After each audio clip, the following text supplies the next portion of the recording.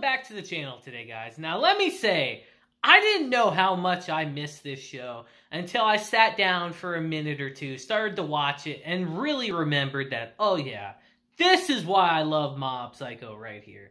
Because this episode was just phenomenal. Absolutely great.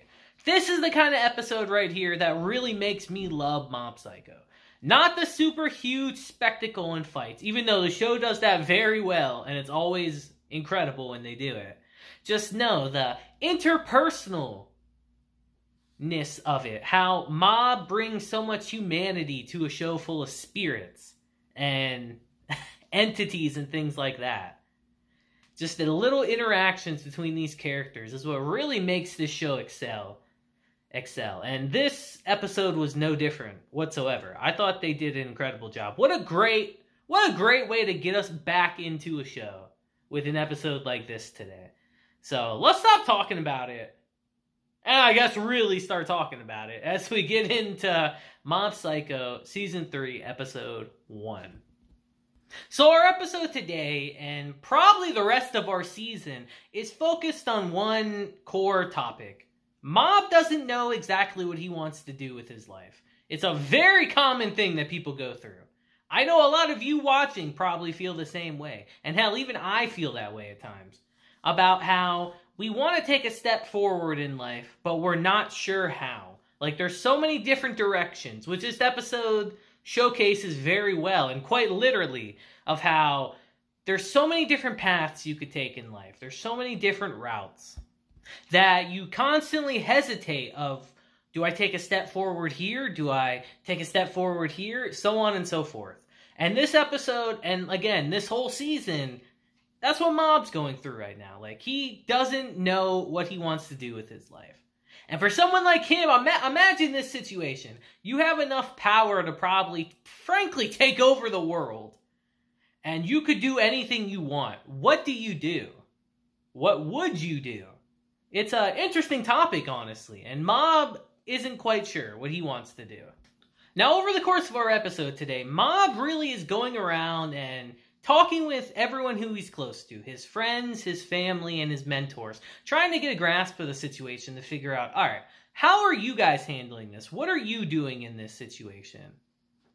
And his friends, for the most part, have a general idea of what they're trying to do.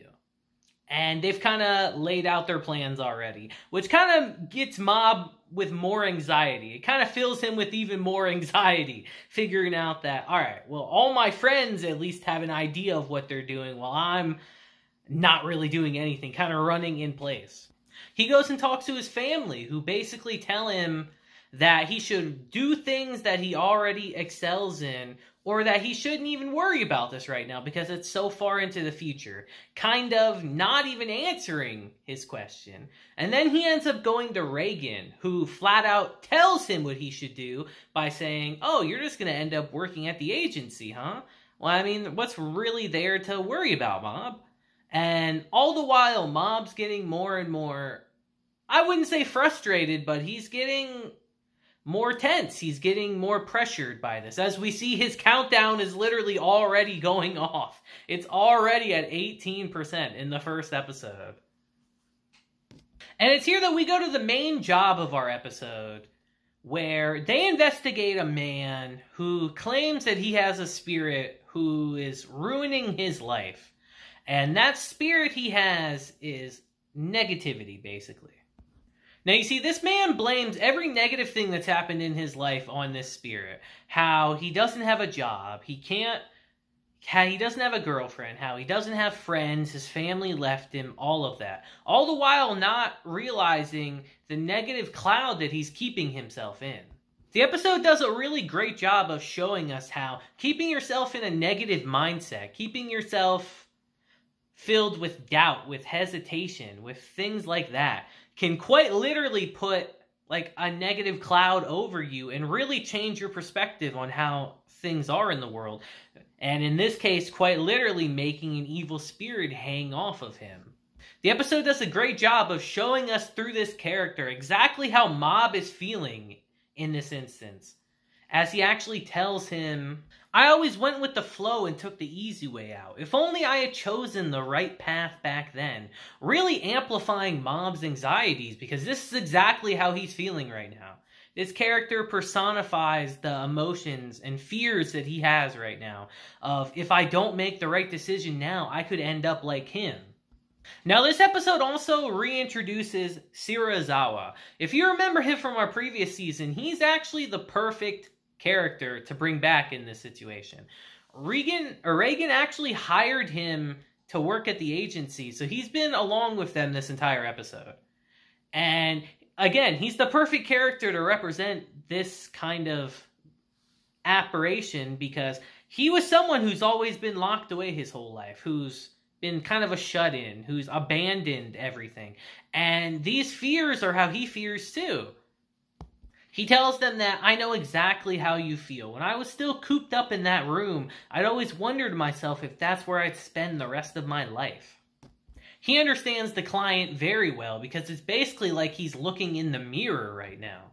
And as the client continues to talk, we see the spirit literally manifest above his house as a literal dark cloud, kind of pushing the point even more. And as we see this literal dark cloud hanging over this area, affecting all the people around it, it takes over Mob and Shirazawa to where they're kind of like entranced by it. They're in their own pool of negativity right now. It becomes infectious, the negativity of someone. It can spread like a disease. It takes literally Reagan with his boundless, I wouldn't even say positivity, but just will, I guess, to snap them out of it. Now, Mob and Shirazawa are able to easily clear out this evil spirit, but it had an effect on them. The negativity kind of spread to them because this hit really close to home to them, as it does to a lot of people, because this is a very common thing, just uncertainty about your future, about what you want to do, about being hesitant to make a wrong decision, and how that hesitance can stop you from taking the jump and that first step to begin with. But these events did lead him to one conclusion, and that's the fact that he doesn't think he wants to continue his career working with Regan. He tells him how it's really comfortable here, and I feel like I can tell you anything. But if I get too comfortable here, I think that my age will be the only thing that changes. And let me just say, this is one of the reasons why I love Mob so much, is that he's able to kind of figure out what his problems are, but he doesn't shriek away from them, and he faces them head on. Kind of like how he did so when he joined the fitness club, of how he tackled that head on and didn't try to run away from it. And he's doing the same thing here. And this scene is another reason why I really love Reagan as a character, because he just kind of puts his hand on Mob's shoulder and says, hey, I understand. You're going to eventually find plenty of things that you like to do out there. As Regan tells him, like, remember when you asked me why I opened up this office? Because earlier in our episode, Mob actually asked him that question. Like, why did you end up opening this office, Master? Like, why did you decide to go into this line of work? And of course he gives him some bogus BS excuse like he always does, finesses him. But in this moment, he tells him the real reason why. He tells him the truth is, I just got bored at my old job and just started this office on a whim. At first, I figured I'd get bored after a year and quit. But that was also around the time that he met Mob to begin with. And Mob is what kept him in the business. He tells him that I may have started this on a whim, but I wouldn't be lying when I say that this is what I want to do now.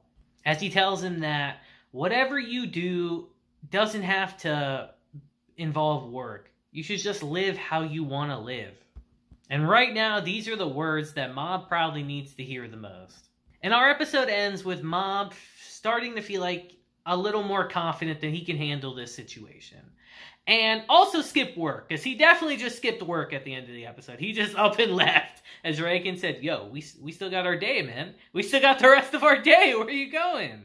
And man, this episode was great, guys. As I've said multiple times, like, this episode perfectly encapsulates everything I love about Mob Psycho. I think it's fantastic. This show is truly is one of the highlights of the seasons, every season that it's out. It really is. It's always one of the most talked about series, and this episode, I think, really showcases why.